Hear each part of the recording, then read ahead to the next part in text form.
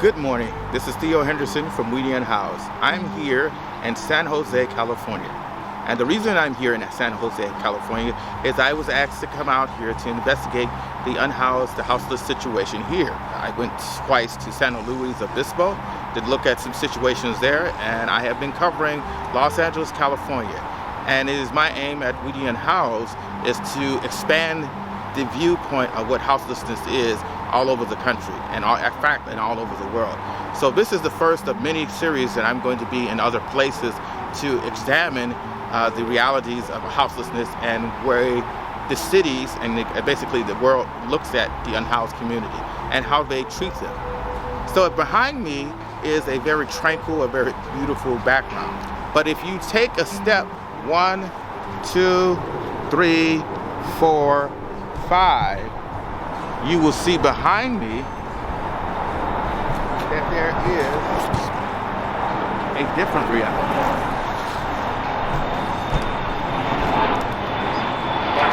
This is the reality that the rest of the world don't want you to see. This is where, in such beauty, there's people trying to survive and make it from day to day. I've interviewed a few people here that's past me, Daniel and John, and got their perspectives on how it is, how they lived out here, and how they came to be. And both of them have had the stories that they didn't magically appear out here. They had different circumstances, but the end result that they're out here.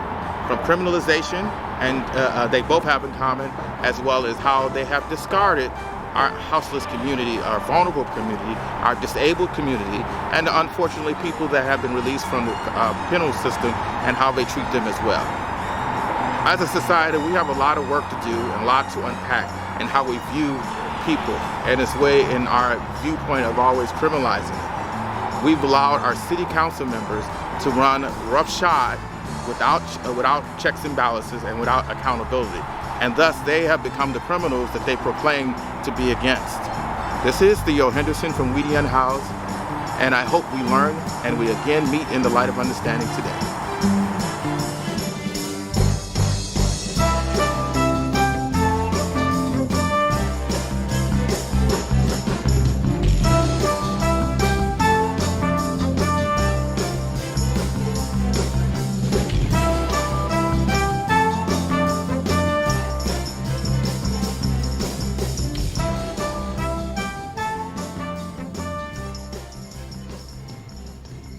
This is Theo Henderson from Unhoused. I'm here in San Jose, California, and I'm talking to one of our unhoused neighbors, and he's going to tell us a little bit of stories about his disability. So without further ado, let's get his name. What's your name, sir? Bill Pritchard. Bill Pritchard. So how long have you been out in the streets? 10 years. 10 years. What happened? You still was telling us about your disability. What happened there? I have a broken neck and my back it was hyperextended, so I messed up my disability. So I had to wait to reapply, and now I'm ready for Social Security. So I applied for my Social Security at 62. I got no choice. Right. I could fight disability drag on it. So I'm gonna get a little tiny chick to stay alive, but it's better than really big methods. So what do you think? Because what's just going on with the COVID-19? How are you handling it? What's going on? Did anybody tell you anything? Did they tell you to leave here or anything like that? Yeah, we've been told to leave. We got a 24-hour, real recent here, just 24-hour, yeah. Wow. And what I know about it is stay away. I don't go anywhere. I don't go by people. I don't go to stores. I try not to. I have to eat, but that's about it. Yeah. So how do you make it here? Do you guys? Where's your bathrooms and showers? It's a little bit different than Los Angeles. I don't see it like any porta potties and things like that. No. So you just gotta go out to nature. In Oregon, they give you a porta potty. So you go to the restroom where? Here and where? Bags. Bags. That way you can throw it away. Oh, that way you can. Okay. Otherwise the smell catch up with you. Oh, okay. Okay. So you said you've been unhoused for 10 years. I've been for 7. What caused you to come out on the street? I had an accident and I messed my neck up real bad, and I've been unable to lift any amount of weight for any amount of time. I mean, I can't make an 8-hour shift. So I was going to say, what were you doing? Were you working when you hurt your neck? I was a handyman. You was a handyman. Oh, okay. So are you originally from San Jose? I'm originally from Ohio. Oh, really? What made you come out from here? I'm from Ohio to California to Oregon, and then back to California. Oh, wow. That's interesting. All a lot of years apart, though, you know. Well, usually people that ask this question, why did you want to go to a shelter? I have PTSD, and I didn't know this until I had to hit one of them. But the chow house and various other things put me into a bad space. And it was too much of a battle. It was too much. It's easier out here, even though I had a guy tried to kill me out here with a rock one morning. Woke me up and said, "Good morning, sir. How are you?" And I said, "Fine. What do you need, youngster?" And he goes, "You're a good man." And he hits me in the head with a rock. Oh my God! He continues Was to he beat me with it. Oh my goodness! Was this the one that you knew, or did you? No, it's just that most of these people I meet them 2-3 times and they disappear. Oh my goodness! That's so sorry. I'm sorry to hear that. So it does get robbed. He gets robbed. And in 10 years, there's been more than one. Yeah. But you can't stay in the shelter. Yeah. One thing I did like, that we had a HUP program in Oregon. Oh, okay. I lived in a HUP. I actually ran the camp for 2 years. Right. Man. Much better deal. Oh, wow. It's insulated. Yeah. You know, they were talking about trying to do housing for unhoused people, like tiny homes and things like that. I said, well, that makes a lot more sense than just throwing them out and just letting them be freezing to death and things like that. What do you think? They have there? Well, they're doing, that's the thing, We're working on it here. I mean, I've heard of it. Outreach hasn't been able to locate anything for me. Because I'm right there, I'm at my Social Security. I'm giving people a check. Good morning, sir. We're out on the street. We're here with our own podcast, and we just interviewed a friend of ours. Would you mind talking to us if you got time? I know you're a busy man, so business appointments, and you're a popular guy. So my name is Theo. What's your name, sir? Daniel. So what do you think? How long have you been out here? Almost 2 years. Oh, 2 years. What made you get out here out in this location? I got out of Elmwood. Got out of who? Elmwood. I don't know what that means. It's your correctional facility. Oh, because I'm from Chicago. Jail. Oh, I see. So was it easy to manage out here? Do they have any services to help people get on their feet when they leave to jail?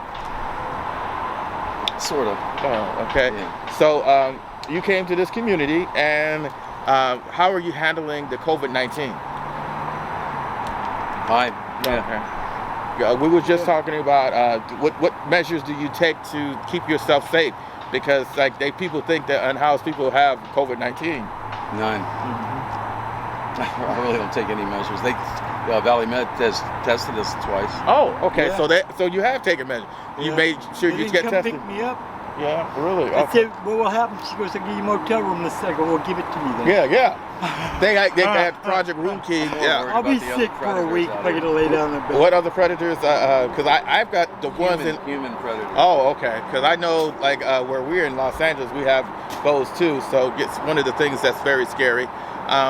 What are the things that in order for us to help you, would you be okay with? You like the tiny homes idea. Would you be okay with having a tiny home or Project Room Key or Home Key? Yeah, if it helps others, yes. No, okay. Yeah. Cool. Well, Daniel and John, this is Theo Henderson from Unhoused. I thank you very much for your time. Do you have any other stuff? I'd settle for a trailer park. Oh, okay. We can do the trailer parks with a viable idea. Give me a trailer. Okay. And I hope we'll learn a little bit more what's going on here in San Jose.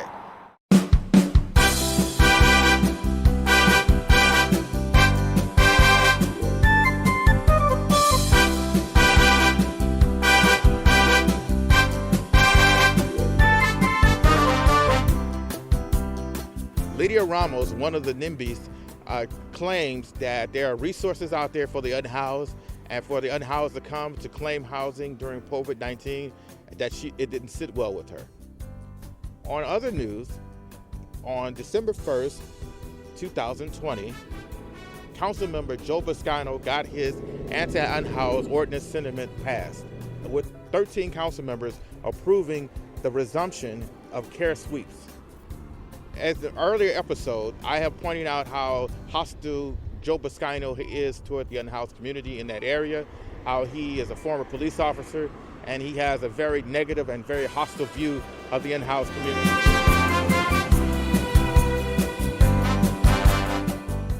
On Tuesday, December 1st, 2020, 13 council members approved Joe Boscino's ordinance to resume care sweeps. In episode 36, we investigated Joe Boscino's district and his heavy-handed approach and anti-unhoused sentiment against the unhoused. We interviewed residents there as well as observers of how Joe Boscino really truly treats the unhoused community, and this is definitely a negative turn of events. Despite CDC guidelines, despite Eric Garcetti's ordinance of stay-at-home order, this is going to displace the many unhoused people and probably infect the entire area if they have other issues with COVID-19 if they're trying to self-quarantine. Project Rootkey estimates thousands will be thrown out of California hotels after the money runs out. Officials say that they must eject many of the hotels because they have accommodated more than 23,000 people. Tamokia Moss, who runs All Home, predicts that 10 to 20% will exit the program without anywhere to go. On top of that, on other news, there is an estimation that the rent moratorium will be lifted and faded away, and many and thousands, perhaps, that are currently living in homes that have COVID-19 will be plunged into the streets or living with family members or staying in their cars. That's an added health risk towards the unhoused community, on top of the CDC guidelines, as well as the hostile ordinances by Councilmember Joe Boscino and 13 council members approving the resumption of care sweeps. This will portend to be a very, very decimated population and an infected California that will increase COVID-19, not decrease it. This year in Aspen, Colorado, there will be no shelters for the unhoused in Aspen, Colorado. Aspen, Colorado's temperatures plunges into 32 degrees Fahrenheit, and there has a cold season December to April. Where will the unhoused go there, and do they have 4118 there is the question. I'm Theo Henderson, and this is Unhoused News.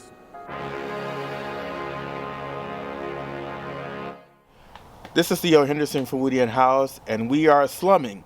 We're slumming with the housed community and trying to get some insight on what's going on here. And this friendly dog, this is Henry. I may have to interview him first, or he might be trying to. Did he take the? I think he bit into the. No, he didn't. Oh, good. You bit into my lemon bar. So we're here, and we're going to be talking a little bit about the situation here in San Jose. And in the studios is Bertu, Gia, and David. And we hopefully you guys can hear. I'll ask a few questions, and if you could speak up a little loud, that we can pick up what's going on. I'll put the mic in your direction. So, what is your guys' perspective about the houseless situation here in San Jose? I mean, definitely something that we've seen increase a lot since COVID has started. It's always been something that's been pretty intense here, but the last few months we've seen a huge increase in unhoused population. Yeah, we've always had a lot of unhoused people in San Jose as long as I can remember. I was born and raised here, and it's just part of our community. But what I'm noticing now is a lot more people unhoused with animals on the street, and it's definitely increased since COVID started. What about your David? What do you think? The sad thing is that a lot of people were put in a position where they were no longer able to pay for their housing, and there has been an increase of people that didn't expect to be there. And it's only been a few months, but we can already see the impact on the streets. Yeah. So what do you think is this, with COVID-19 coming to bear, and there's a lot of rent protections are going to fade away, what do you think their solution is going to be with the unhoused community now? Well, that's a twofold question. So, as far as the rent control or the rent protection, San Jose's been pretty good about rent forgiveness. And so our policy here is that nobody can become unhoused due to not paying rent, but they will be liable for unpaid rents once, whenever this is lifted. So that can be kind of scary for people. Exactly. I was going to say, because if they're, let's say, for example, they're shutting down businesses are at a crawl, and they're responsible and liable for rent that's untold, because they couldn't work due to the city and the country's orders. How are they going to pay this back rent? Because they're not going to be able to. There is no way that people will be able to pay this forgiven rent, which isn't really forgiven. No, it's not. It's a moratorium. Yeah, so it's a moratorium on evictions, and but people will be liable for that unpaid rent, and people aren't working, and so there's no way that they'll be able to pay it back. Because mostly when I noticed, before I became unhoused, most people are trying to do the basic things. That means surviving, eating, learning, basically keeping alive, and then rent, and on existing back rent. That's just going to be it's going to be unrealistic.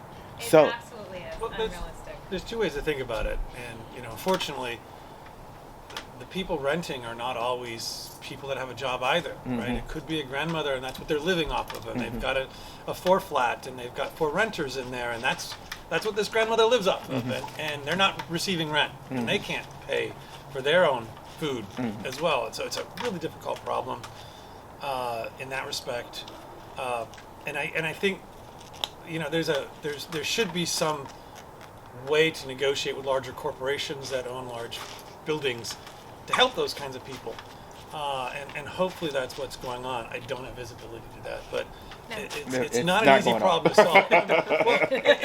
It's not an easy problem to solve because, well, I think one of the solutions that I've been saying, and people think when I say it, it's so crazy.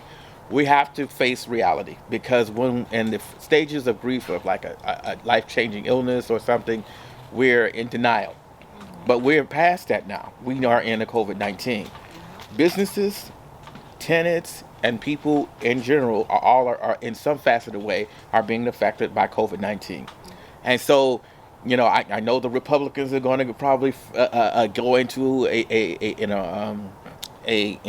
a rage, but we have to look at subsidies. We're going to have to say that businesses need subsidies. We're going to have to say that people that are on rent, they need subsidies, and unhoused people are going to need subsidies. We're going to have to do this. It's uncomfortable people to say this. People don't want to face the reality, because in fact, you just keep blaming, and when you say that things are going to have to change, and then pushing it on people that are already burdened by financial debt or the wages. Well, you can expect people to stay home if you're not paying them. I mean, at a certain point, we need to pay people to stay home if we want to. Exactly. But to mention that's going to send people who are going to be in a rage, because they're going to be. The reality is, we just had an election. Right. And on our ballot were certain measures that would have allotted money that could have helped homeless people. The voters in San Jose voted against all of them. They all lost, and which means that unhoused people lost, and that's the reality of the situation. The thing that we have in Silicon Valley is we have this dichotomy between ultra wealthy people and unhoused people. And we also have many unhoused people that have good jobs, that have cars, that have salaries and families and animals. And we also have unhoused people that really have nothing. So there's this huge dichotomy, the spectrum between wealth in this valley that I've never seen anywhere else. It's crazy. On the same block, you will have a home worth $3 million and an unhoused person on the same block. And along those lines, one of the interesting things about what the government did do with the government assistance in the PPP loans and things like that was they focused on the people that were losing their jobs, that were going to be homeless. They obviously didn't do anything about the people that were already homeless. Well, and this is what we are talking about in Los Angeles. Here's the thing. for the months that were going on, the only thing that we got was $1,200. Now the pandemic is raging on. People are still needing monies to be able to, and that money was usually either used to just to eat or just to survive and do, because Los Angeles is expensive. People don't realize it. It's not necessarily like the wealthy like Silicon Valley, but it's freaking expensive to be unhoused there because things are so high. So $1,200 for at least for over 6 months is not exactly the same thing. And then too, like the small businesses there are really, really suffering because they didn't have enough. They had a lottery for people, the lucky people, to get some money for them to help with their business, and it didn't really work. And some of the landlords wouldn't accept the monies that the city was giving them to try to throw them out. So, I what are the bizarre things that I thought, it was like, you know what, if we just basically did subsidies for people to be able to, even the ones, the struggling businesses, the unhoused people, and everyone has the economy to continue to flow until, because they're going to spend the money, but it's just that it will stop this tsunami of things, that the rent could be taken care of, the businesses could be taken care of, and we won't have this tsunami of problems that's coming our way, and we're going to have to face it or just go under. What is your guys' thoughts on that? I would say first, this was supposed to be a temporary fix. Yeah. Right? This was supposed to be, hey, there's a pandemic out there, and we need to make sure that we can keep everything afloat while we get through this. Yeah. And then we were going to take care of the pandemic. Mm-hmm. So a lot of money was spent, but nobody took care of the pandemic. And so here we are months later, and we probably have another year or more of this, and everybody realizes we can't spend $3 trillion a month. That's a problem. I mean, unfortunately, it was a little bit of mismanagement in my view, but this was supposed to be keeping people off the street, not just giving them a Band-Aid so that 3 months later they would be on the street. And so that's unfortunate. Well, one of the things that I think was part of the mismanagement, particularly in, I'm saying, Los Angeles, is that it's strange about Los Angeles is that they had the tools in their toolbox to commandeer hotels and commandeer money to do rent forgiveness for people. They hemmed and hawed and denied and this and this and this. But for miraculously, when it's come to gentrifying some new areas that the Los Angeles is trying to do, they magically do eminent domain for poor people's homes and tell them they got to go. I mean, so I'm like, that's crazy. This is everywhere. Yeah, I mean, that happened in San Jose. it happens everywhere. Google and bought buildings and they evicted, I think it was 157 people. Oh my goodness. But they weren't the owners of the buildings, they were the people renting. tenants. The tenants. Some and of they them got a little money Yeah. to be quiet and go away. Yeah. And they signed everything, and they did that. This is a national issue. I mean, this is the American way, is to just kind of brush people under the carpet. Nobody really cares about poor people. So it's happening everywhere. Yeah, and houselessness in Silicon Valley is really, it's worse with COVID, but it is not a COVID specific thing. I mean, the rent here has always been astronomical, and it's significantly worse than it ever was. But I want to make sure people don't think this is a COVID problem. COVID specific problem. No, it definitely The isn't. houselessness existed way before COVID. I agree. But I do say that because one of the things that I see the wave coming, particularly like, for example, in Chinatown where I was, people had businesses there for like 40 or 50 years, and they're shutting down because there's no businesses. And then we have issues with these people that have lived in those buildings and their homes was up their businesses. The landlord is coming calling. They can't stay there. And so, and Los Angeles hasn't got to the point where Silicon Valley is, but it's got to a point where, they're going to end up eventually on the street. And Los Angeles have an ability always to criminalize unhoused. Right now it's 4118. After that, they got something else. They got anything to criminalize unhoused people. You can look to Los Angeles. They got an ordinance for it. For sneezing, they got something for it. I keep saying that eventually they're going to have an ordinance for against the unhoused to float in the air, because they ran them out the beaches, they ran them out the parks, they ran them out the sidewalks, and there's no way. It's just nowhere they're going to be. So it's like this is coming. This Well, and that- wave is coming. That happens here as well, and we find communities that get created in parks or certain areas along the freeway. Yeah. And they'll sweep them, and they'll move them. So one of the things that we did, which I suggest you look into a little bit in San Jose, was the mayor came up with $17 million and built tiny houses. And so there is they allotted some land, and a lot of people volunteered and helped and built $17 million worth of tiny houses, and we're giving them to people. Little tiny studios. Yeah, Tiny they're studios. they're Okay, very cool. cute, and you should probably check it out. Oh, I would love to. Yeah, so, but anyway, I mean, that was just it was a tiny solution to this huge problem. Obviously, is, we need a lot more of these tiny houses. Very much so.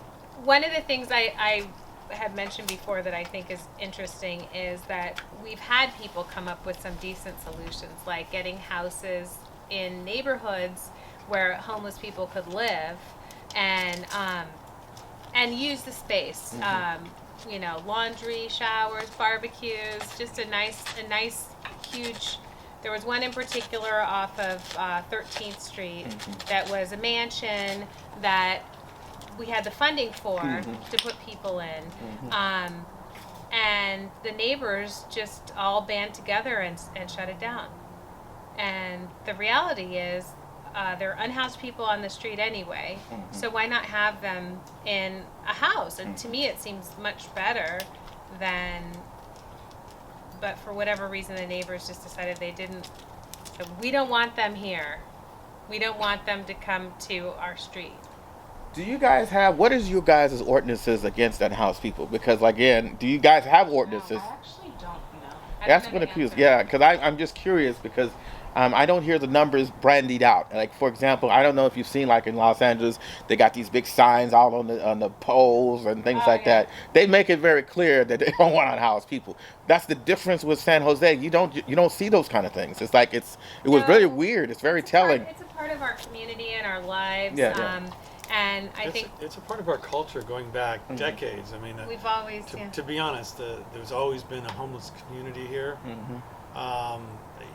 Going back to the hippies in the 60s and the 70s, they lived in communities in the parks. Right. And things changed over the years.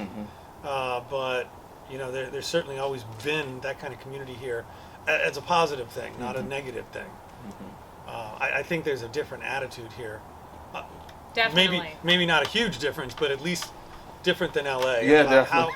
How we view the homelessness here. Yeah, I kind of can sense that a bit because when I walked down and I was looking, investigating, people were speaking to me, which is a bit unique in Los Angeles because it's just true. I mean, I was very shocked. Like, these people are actually speaking to me because LA has its own kind of synergy. They just they're very distrustful or very looking at you. Even you guys are well dressed, they're not going to necessarily say anything to you. And if they see you in the park too long, then they're going to be dialing 311 or the police because they don't know you, and next thing you know, you're having to explain yourself. Well, I'm just here, just sitting in the park. Well, you can't be sitting in the park. You're homeless. Well, I'm not homeless. Well, let me see your ID. That kind of thing. So there's been some interesting conversations I've had with people that sometimes visited some of the parks that I go to. That I was just sitting here and I didn't know it was. So that they really want to make their imprint known that they don't not welcoming to unhoused people. So it's a little bit different here. I yet to saw a police officer until earlier, maybe later in the evening. Maybe I saw like 2 police cars, and it was at the police station. So I don't see that obsessive driving around, No. pulling up unhoused people like Los Angeles. I guarantee you will see at least 5 cars. The police, generally, my experience with the police is they tend to leave unhoused people alone in San Jose, unless there's an active crime, and so it's not a crime to be unhoused.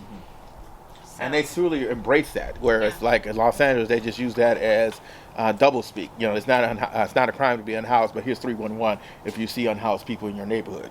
You And know. obviously, our perception of that might be, I mean, you might get a different story from someone who's actually experiencing it, but that's what I've noticed. Oh, I But, bet you will. Yeah, I'm sure Yeah. they have very different stories than we do. We're not living it day to day. So. Exactly. No, exactly. and I'm sure you But will. I in LA, when I do outreach, though, Mhm. police will be around me Yes, doing. exactly. I've never been stopped here Mhm. doing outreach. You can definitely So tell. that's something I can say firsthand. Absolutely, I do know that's that. it. So you can definitely tell the difference, and it doesn't matter if you just look the part, or if you happen to have the temerity to help an unhoused person. Yeah, you're going to be looked at. You know, and they're going to be pulling up on you and following you and that kind of thing. So There's a lot more suspicion of not just unhoused people, but people who are working with unhoused people Yes, in LA that I very much haven't so. personally dealt with here. But yes, Wow. yeah. It's very, very polarized. And yet here we had a recent meeting, and here is like one of the council members denying that the unhoused are criminalized. But you know, that's Joe Boscano. Yes, he lives in his own twilight zone. But so is there anything that do you think the city could do to create a better system for helping unhoused people? That even though that they're not letting the police to be the ones that are at the front of it, but what are this about the service providers that are helping unhoused people? You know, the shelters. What the gentleman that I interviewed today said he was in a shelter, but he had PTSD. He didn't think it was. He couldn't handle it because, shelters sometimes offer a little bit more stringency or a little more rote discipline. I won't say discipline. Yeah. Kind of a little bit carceral. Structure, Yeah. Yeah. Well, I don't know, but a lot of people don't want to be in shelters for various reasons, and that's completely understandable and okay. And what was your question, though? I think I was going to say, what do you think the city could do for solutions? Because if shelters don't work, why can't they just do maybe a hotel room key, or they could do a encampment to home kind of program? Do you think? I think a lot of that gets away from what the city can do, and then gets more into what housed people can do, because as she mentioned, and there have been a lot of kind of room key type projects, and a lot of people aren't as receptive to that, and so I think it then gets on our shoulders as house peoples. If you're gonna try to prevent these things in your community, then you can't expect the city to do things if you're going to try to shut it down. Yes.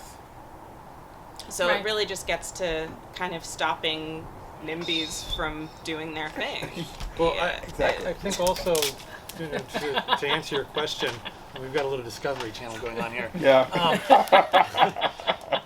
To answer your question, I think the cities are trying a lot of things. Yeah. I think they've got a lot of ideas. There's a lot of pilot programs. But Here in San Jose. Yeah, Yes. but scaling those programs is the real difficulty, right? It's one thing to set up a house for people Right.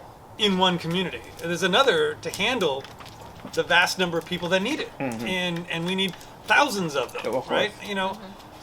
We need to grow at 3 million new housing units just to keep the prices from housing and rent from going up. Yes, correct. And And that's we're one nowhere of our near that. Huge problem. And Right, we needed so- to reallocate money. We did need to certain reallocate people. money, Yeah. and But- that didn't happen. But- But also, I think too. Do you think the NIMBYism that drives it too? Because like you said, because I know in Los Angeles they could do a lot of things, but they keep giving over 54% of our budget is to the police. I mean, so you can't.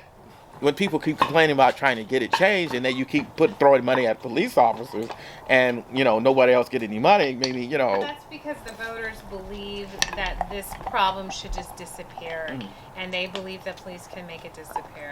And so, I mean, that's the problem, is that they don't understand where the money should be going, and it should be going to people.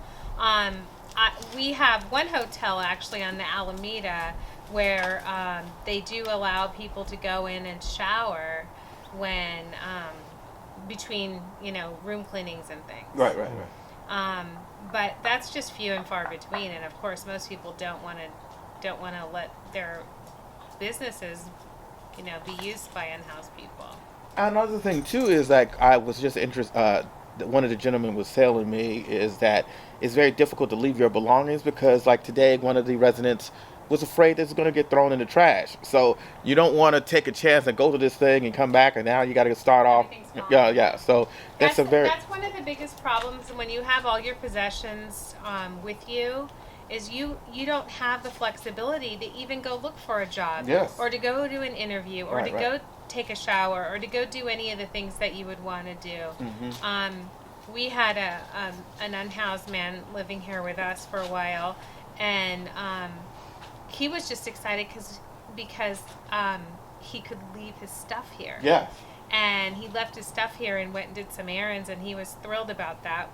And then I gave him a tent, and he took off, and he said that the police took his tent. I think it was 2 or 3 days later, That's true. and that was sad. Yeah. And it's so heartbreaking because, one, it's also, there are people that are unhoused that are at work. For example, there's this gentleman that works a security guard at the park, and he's working, like, doing what he's trying to do to build up his money to get himself on his feet, and he comes back and all of his stuff is gone. So, then it gets to the point where what's the point of me working? Because every time I go and leave, because I got to go to work, I got to go to job. It's like a hamster Exactly.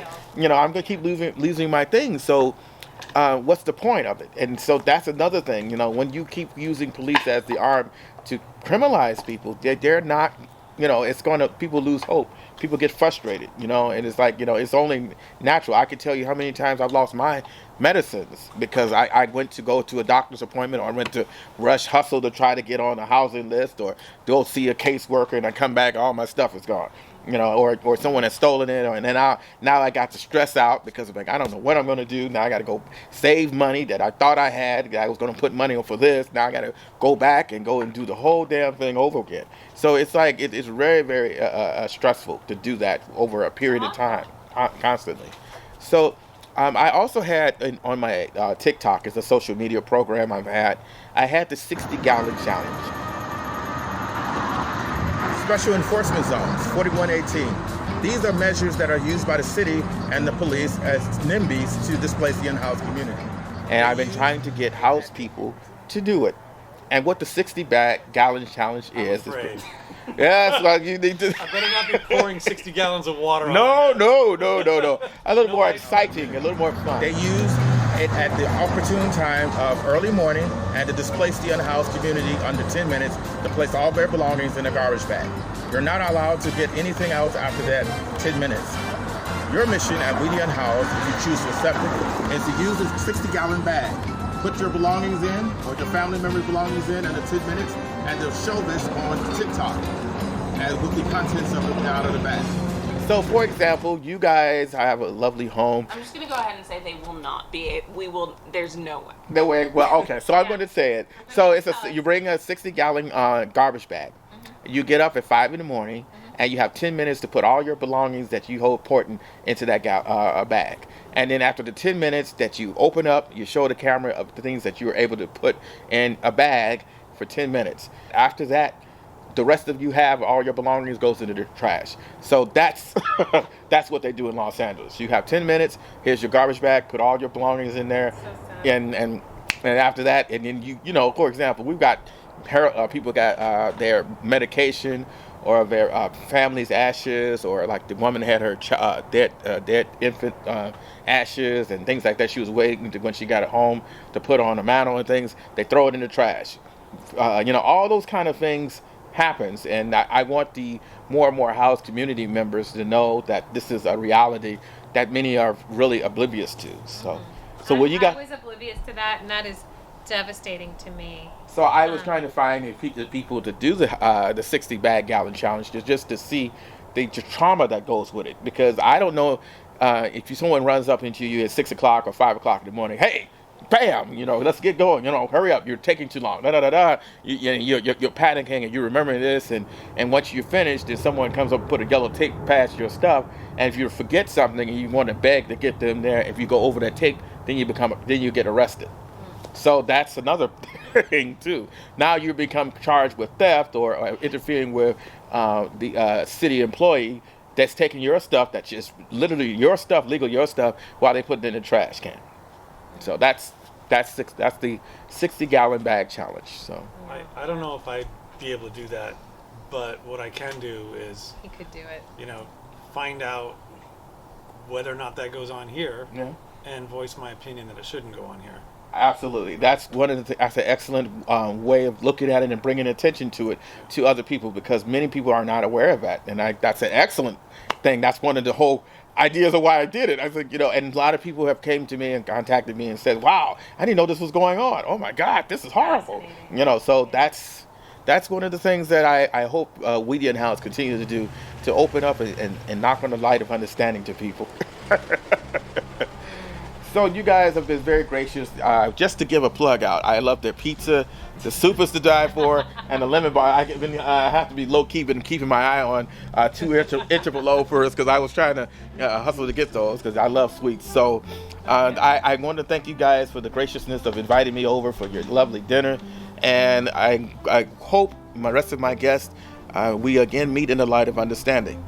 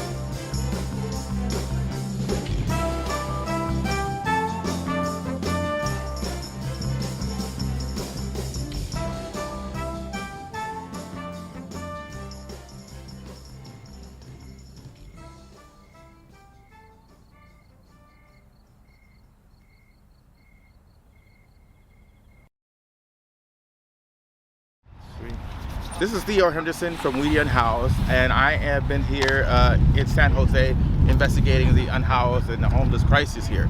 And I have an excellent human being here that's talking with me, and he's going to introduce himself. He's a Salvadorian Muslim, and without further ado, let's get his story of what's going on with him. Hello everybody, my name is Jorge Alberto Maravilla Vasquez. I was born and raised in El Salvador. I've been here in America for 38 years. I used to work as a car salesman. I did everything in the automotive industry.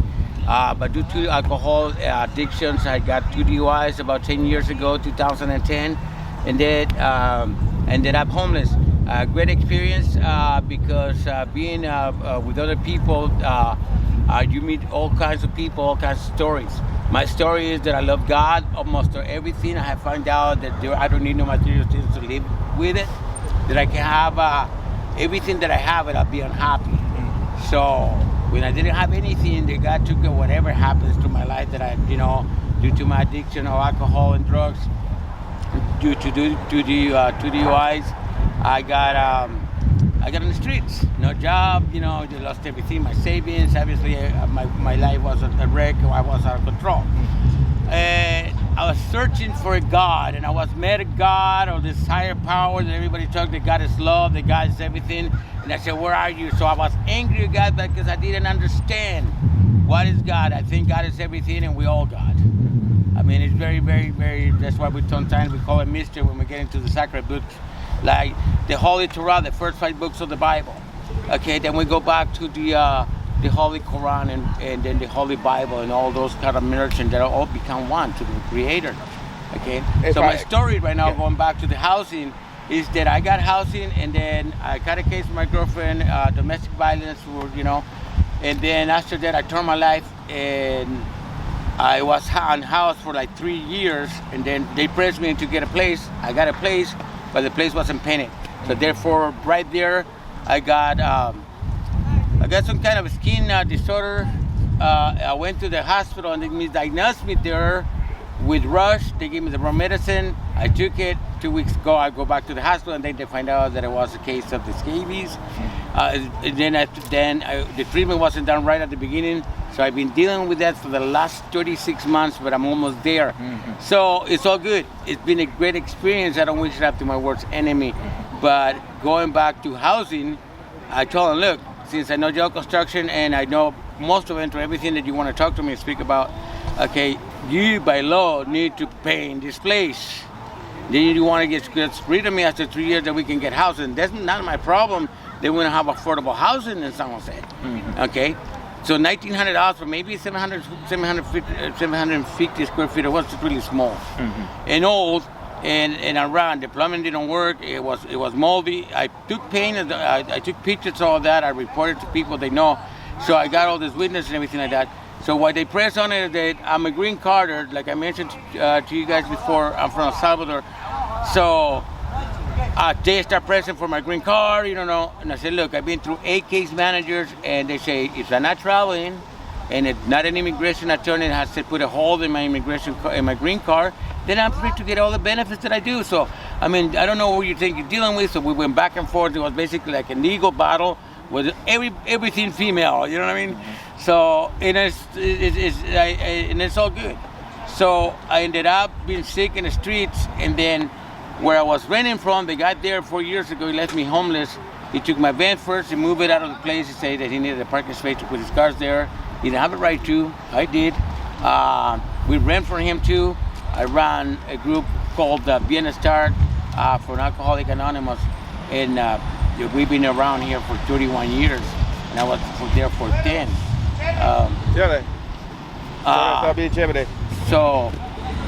So right now, I'm just thank God for living with the pandemic. Well, I'll be honest with you guys, and I'm probably getting in trouble for this. I probably get the CIA calling me or chasing me.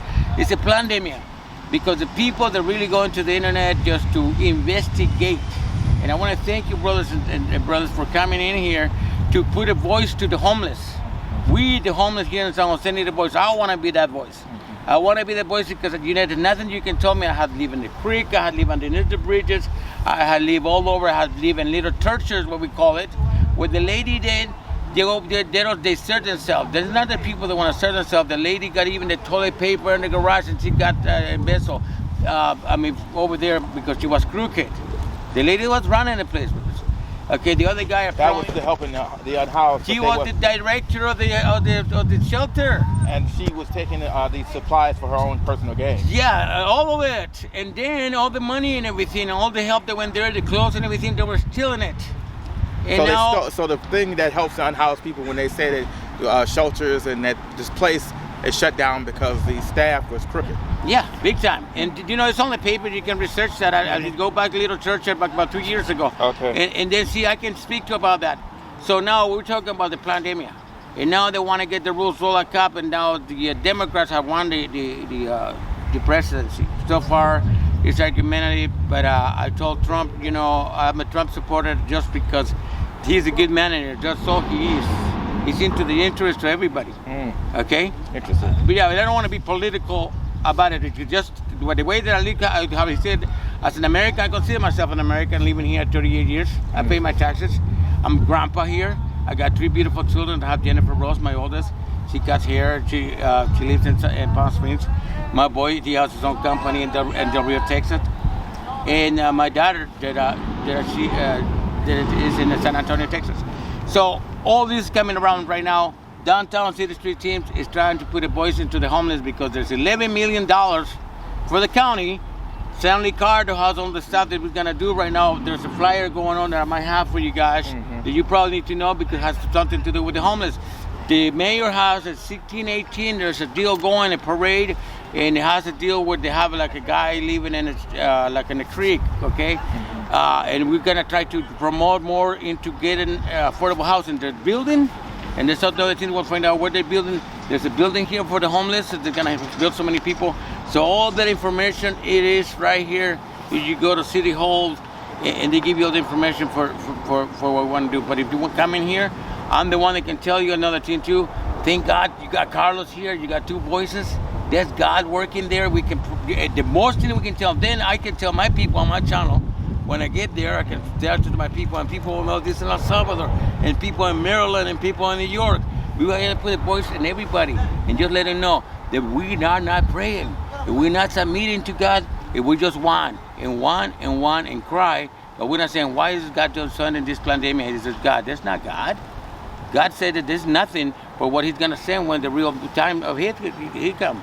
You know. Well, thank you very much. Thank you very much for taking the time to talk with us.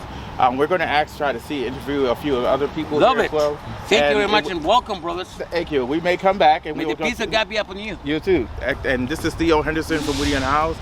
We're going to continue to mill about, and I hope we again meet in the light of understanding.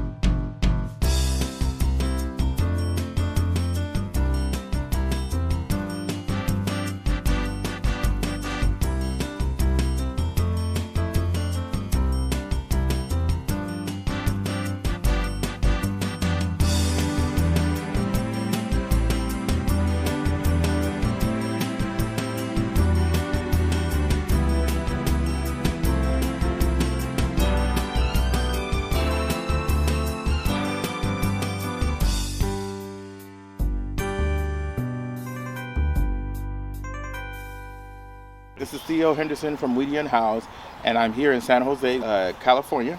And I have met a very talented young man here. His name is Raheem, and he's going to tell me a little bit about his story. Just tell us how you got here. You was living with someone, right? And what happened? Oh yeah. Yeah, go. So I was a resident in the community. I lived here for about 39 years. And I don't know, like I went to a local shelter and, you know, it was ran by, you know, a friend of mine. I thought it was a friend of mine, you know. And I don't know, I've known him like 10 years plus, and all of a sudden, you know, I'm exited, you know, banished from the opportunity of being able to utilize the services or any of that shit, you know, and then I'm just like banished away from the place, you know. So I'm like, well, I gotta find a place to go. And that's what I found, you know. I felt like, well, as a native, you know, indigenous person, you know, in my bloodline, like, I'm just gonna look into my inherent survival ability, you know. I was going to tell you too, because like, for example, when you said like he threw you out during COVID time, didn't he? Yeah, that's, you know, I was kind of shocked, you know, to be honest. You know, I've seen a lot of, wickedness going on since all this had started. Call it the pandemic, you know. But you know, a lot of people that I've known and I've trust, you know, they've given me the cold shoulder, and they really, a lot of people's colors, you know, are showing. Yeah. Straight up, Really there. you know. There's a lady being out here. I built up a little perimeter with my tent. She wanted to sick her dog on me, talking about she's spiritual and this is sacred land, and it's like, but don't you know that the Hopi, you know, they say the world is Koyaanisqatsi, meaning a world that has fallen out of balance because people have forgotten how to share. That is quite profound. I hope he does have a say in that. One of the things that's struck me is too, you guys are social distancing without the city telling you to. It's very spacious here. Your guys' your spots are very far away. Why here instead of like in the city? Why did you guys choose here? It looks like an area, you know, it hasn't been disturbed. I'm surprised it hasn't been disturbed, you know, because usually they try to regulate, you know, push people out or whatever, and calm the land or whatever they do, you know, whatever type of strategy they use. I don't understand why. Being a resident in the community, I don't feel like I just want to leave yet, you know what I'm saying? Like, I'm not necessarily a settler, but, you know, I'm out here sustaining as a nomad, you know. But being out here, I like this location because you actually have room where you can pitch a fire, you know what I mean? It ain't gonna cause no harm, you know, and it ain't really bothering nobody, you know. Everyone's got their own little area, and with the social distancing thing, you know, it works out. So. Yeah. Where do you guys go to use the restrooms? Do you have a restroom or showers or porta potties? How do you guys take care of that? There's a service out here. It's called Dignity on Wheels, and they have locations that you can meet them at, you know. But you got to be disciplined, you know. So you got to have some type of discipline. You can't be no lazy motherfucker run around eating Kentucky Fried Chicken all day. You know what I'm saying? Like, no, but real though. You gotta get up at a certain time. You gotta get there and meet them. You know, they offer laundry as well. You know, so it's a good practical service for the community. You also mentioned too. I want to highlight two things. One, that you keep yourself in shape. You say you run and you keep it up. And the second thing is that you are a musician. So what is your skill sets, and do you have any music, or do you play instruments, or what's your talent you have? Well, yeah, for sure. I'm a local musician. I've been making music well over 19 to 19 years. I don't know. I like a lyricist, vocalist, you know, guitarist.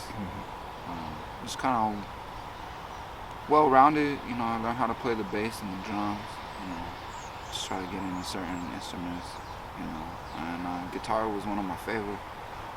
But I usually compose the music, you know, it based off of, you know, guitar chords. You know, if I hear a rhythm or whatever, I can match it up. And then if I hear it, I like it, I'll make a beat, you know. Just kind of mix it up. You know what it's like to be a musician, like a DJ. So yeah, you know, I just stick with my craft. And being out here, I got to keep my mind busy, you know, keep my body, you know, healthy. So I like to jog, I like to train, you know, I like to stay militant because, you know, I ain't trying to be a sitting duck out here, not at all. You know, they try to move in or whatever and then try to just gentrify the whole thing again, you know what I mean? Then there goes our civil rights, our equal rights, you know, and that's just not something, you know, I'm gonna take lightly. That I can understand. I can say, would you be open to, like, for example, if they offered you a hotel room or a project home key between the shelter, because obviously shelters is not hitting it. So what about that? Would you be okay having your own spot? Yeah, absolutely. You know, I feel like I'm self-sustained, self-reliant, self-confident, you know, and if I just had the opportunity to open door, you know, I'd probably utilize, you know, whatever services were provided, you know, and not take it for granted because, I mean, first and foremost, I gotta give thanks to the Most High because I'm out here unscathed, you know. I ain't affected by this pandemic, you know, and I just feel like my sustainability may not be like others, you know. I maintain my position because of my diet, the way I live my life, you know, so it doesn't need to be infringed upon, you know. So you can keep your vaccine and all your bullshit, you know, and I'll be fine as an individual. You know, you just have to find other individuals, you know what I'm saying, who are able to sustain and able to maintain. You've given us a lot of insight to it. It's like I appreciate you taking the time to come out and be gracious enough.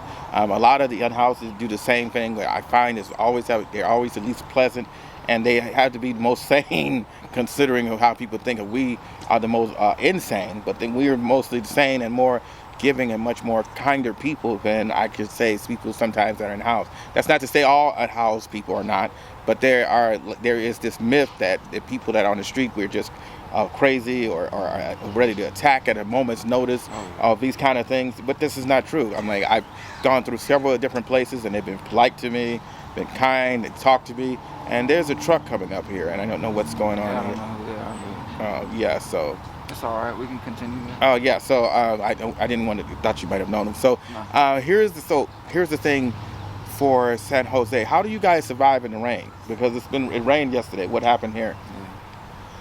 Due to the rain and the wind, kind of picked up. Just kind of blew around a lot of debris. I just kind of raked it up and just kind of swept it up. Kind of kept my area. I got a tarp on my tent, so the rain doesn't really affect me much, other than trying to keep dirt out of my tent. Just trying to stay clean. That's really it. But I feel like being in this situation, you just gotta consider certain things: stay fed, stay clean. Clean clothes. Utilize your ability, your inherent capability. The other day, I made I just used a tarp, and a bungee cord, and I set it up in such a way where I had heated up my own water. I took my own shower, So okay. That's definitely resourceful. Yeah, you know what I'm saying. Don't lose touch of your ability to be resourceful. Especially in times like this. I heard that they allowed you guys to have the water on. Is that true? Or because I'm noticing that some spots they use the water here to be able to use.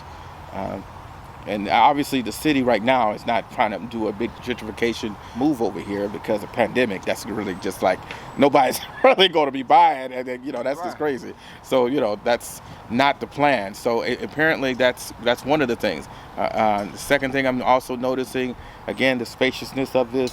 What if you guys created a community out here? Would you would you want to have a community out here, or would you want it to be back and regulate in this society? Absolutely. Like, I feel as it sustains itself and we don't have problems out here, it ain't too problematic, and people, but then you got whatever kind of energy that comes into the area. I feel like the people who are here now, very peaceful, and some are crazy. There are people out here on drugs, so that's one thing to consider. Drugs changes a person's mind state, so they're liable to do anything, whatever, but if you have your inherent skills to survive, you know how to defend yourself and protect yourself, you should be all right.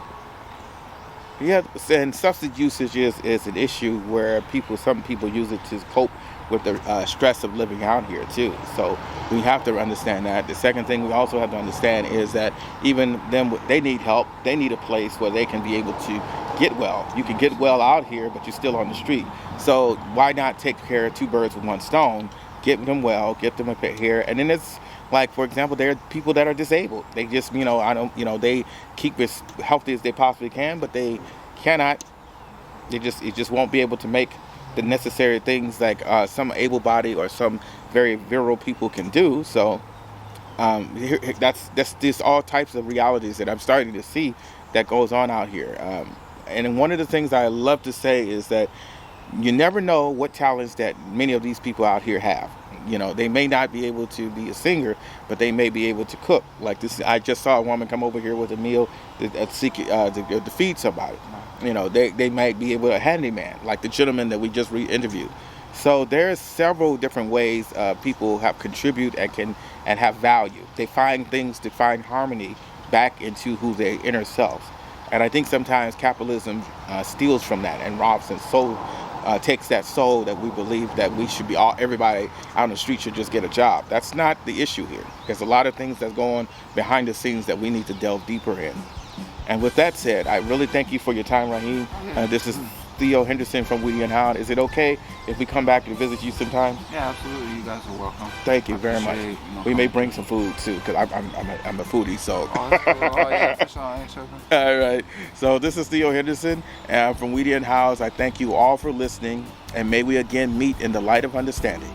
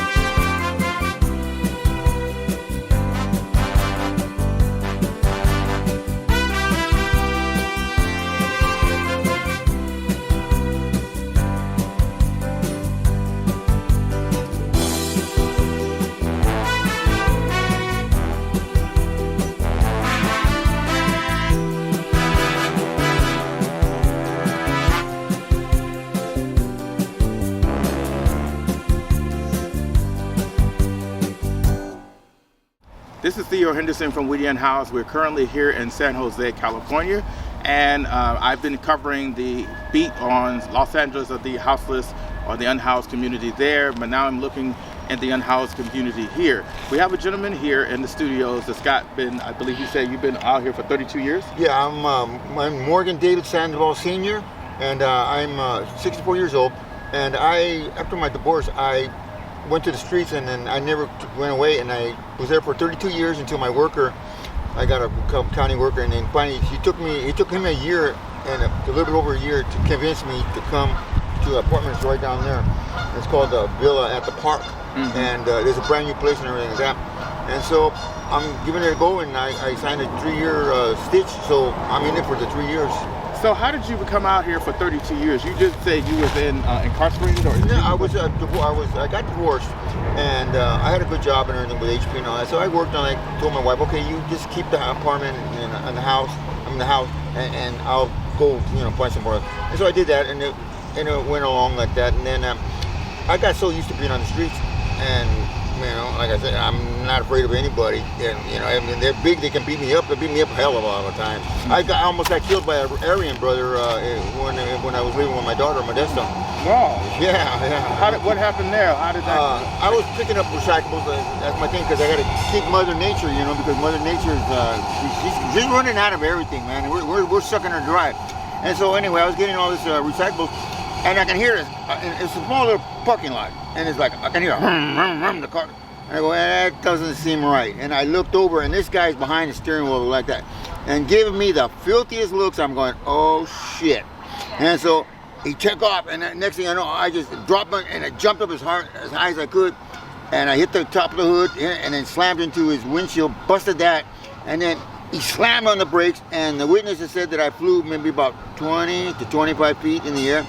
Came down, broken arm, fractured my leg, all kinds of cuts and bruises and everything like that. And then this gentleman was in a three-piece suit, and he goes, I own these buildings, so don't worry about it. Those two young men right there are taking care of that guy. And he goes, and they're beating the hell out of him. And he goes, I called the cops and all that, and the cops came, and the ambulance and all that shit, and they took me. And I go, well, this is my daughter's number, and I'm gonna pass out. And I passed out. The next thing I know, I was in surgery, and I can hear my daughter screaming at, where's my dad? Where is my dad? Blah blah blah. Anyway, but that was that. But yeah, living in the streets is they gave me a chance, and I said, nah, I had enough money. Fuck it, I ain't gonna go live. Nah.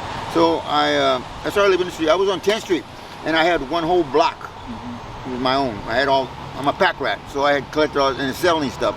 And so the police said, "Oh, come on," and then the county got into it, and then that's why I'm here. And it's a decision that I don't think I'm going to regret. And then once my contract ends after 3 years, if I decided to stay here still, I think I might just do it. Because I'm 64 years old, and I've had enough bullshit on the streets and everything like that. Because like I said, I've gotten beat up so many times, and I got so many scars. And this is my latest scar. Look at my.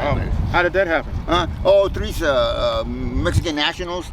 They apparently didn't like the way I was dressed and where because I don't whatever. And I know karate, but I'm not. I'm equivalent to a black belt because my sensei said, if I give you a degree, every place you go, you're gonna have to report to the police.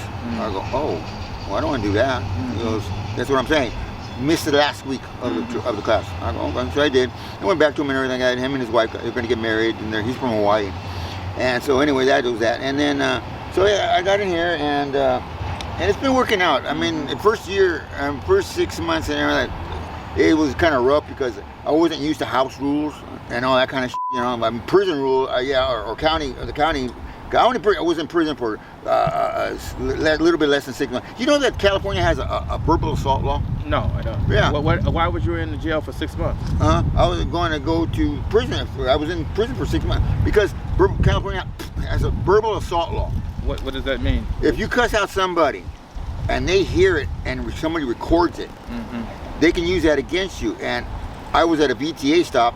And this big guy. What's a BTA? I don't know. What Valley Transit Authority. Okay. Yeah, they're the buses. The buses. Okay. And so I was waiting for my turn on the bus, and this big old guy. I mean, made that guy look small. That's how big this guy is, right? Okay. And he pushes me out of the way, and gets in front. And I go, hey man, you know, blah blah blah blah blah, blah, blah. And then next thing you know, yeah, okay. So I walked away, and about a week later, I'm doing my normal busting, and a car comes up, and I could tell it's a cop car, it's a detective car. And two guys get out, and I go, oh yeah, and they go, what's your name? I told him my name, Morgan David Sandoval Sr. He goes, okay, and blah, blah, blah, and they showed me pictures. He goes, you know this person? No. You know this person? Yeah, that's a big moose that pushed me out of the way and got in front of my, at the bus over there in Morgan Hill. And he goes, oh, okay, so you do, I recognize him, I don't know him. He goes, oh, okay, well, you're under arrest. I go, what? You're under arrest for verbal assault and harassment. And I go, for what? He goes, well, that big old moose, as you call him, he's only 16 years old. I go, oh my God. And that was the bottom. And I go, yeah, let's take me in, blah, blah, blah. And in court, I was in front of the judge and the mama. The kid was so afraid of me, he wouldn't even go to the court. With all those cops, sheriffs, and sheriff deputies, and San Jose police, he was so scared of me. And I felt like crap. And so I told the judge, and he was, and he goes, what's your plea? I go, I'm pleading something, but can I see something to the mother, please? And so I told the mother, I'm so very sorry that I did that. I didn't realize that your son was only 16 years old, and blah, blah, blah, and blah, blah, blah. And she goes, thank you very much. I go, okay. And then, so I turn around, I go, all right, Judge, do what you're gonna do. He goes, all right, well, I was gonna, you could get 6 years. I go, 6 years? He goes, yeah, but I'm gonna be nice. I'm gonna give you 3. I go, okay. Oh my God. Okay. That's very nice. Yeah, very nice. And see, I'm a northerner, and they sent me to a Southern California prison. They wanted me dead. And so, about a few months later, my PO shows up, and I go, now what are they gonna do to me? And he goes, Sandoval, guess what? I go, I don't know. What? He goes, you're gonna be released next week. I go, what? He goes, yeah, I got your release. How did you do that? Well, because you didn't hit nobody, you didn't hurt nobody, and it was just verbal assault. And so far, you've been good on terms with the officers and the parole and the jail, everybody, right? And so that, and what's his name? Oh God, the mayor. I mean the governor.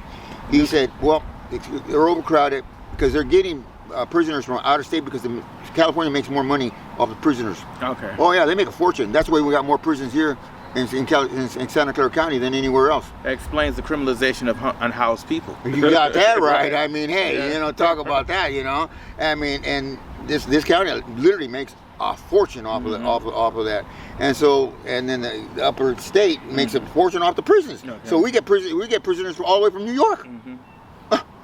You know, and they send them over here because we got more room, and you know, and I guess you know logistics of it where you get some murderers or that kind of people in there like that, and so that was that, and so I said okay, and I go wow, I go cool, and so I watched my P's and Q's and my probation and everything all went by and everything, and I was a free man, and since then I haven't gotten in trouble, I haven't did anything. I've been to county. I haven't been to jail or nothing. So, I've made a promise with God that I was going to behave myself. But other than that, that's about it. I mean, this park right here, this used to be a heavy-duty homeless park or whatever like that. But the city has been working to get everybody out, and so it's a normal park, so that people can bring their kids, or you can spend a day looking at at gophers or the squirrels running around, and then plus too, we get a bunch of the ducks, the geese. They love this park because the worms are here. They got all, they work. You can see there they are right there. Yeah. They work one side of the park and they work all the way, and then they turn and then they come back and then they go work there. They got it like an organized thing. For supposed to be dumb animals, they're pretty damn smart. Other than that, that's about it and everything like that. So I was just gonna go and trade my pennies in and see if I can make a beer money. So you paint, huh? Huh? You paint? No. I was a material handler in the electronics business, and I worked on cars. And I'm the youngest in the International Show Car Association. In 1976, I was the youngest winner of that show car organization in the San Jose Autorama, and I'm still in the record books. I was only 17 at the time, and I clocked already, buddy. Best custom interior, best custom paint, most popular car by Spectator Voice, best car by to everybody else, and my record's still standing there, and I'm so proud of that. Other than that, that's about it, and I got a son and a daughter. Daughter's her head nurse for a retirement home. My son's an ex-Marine, and he works for the Veterans Administration, making sure the veterans get what is owed to them, not what was given to them. Because what's owed to them and what's given to them is too. I mean, my God, my son was telling me some ugly stories. I go, no wonder. Yeah, a lot of vets are out here on the street because they don't get what they're supposed to get. That's horrible. Yeah, so he's taking care of that section, and so that's about it. And me, I'm too old to get a job, because everybody says it, but I can kick ass and fight, but no, I can't work. Get me. Well, thank you very much for your time. This is Theo Henderson from Unhoused.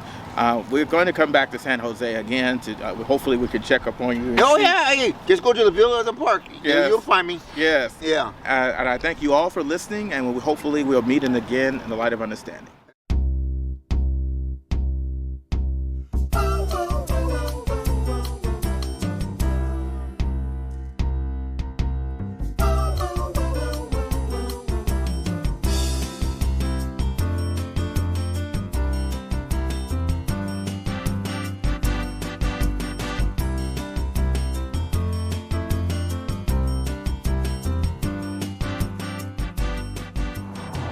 This episode of Unhoused in San Jose, California, has offered some similarities and has offered some differences.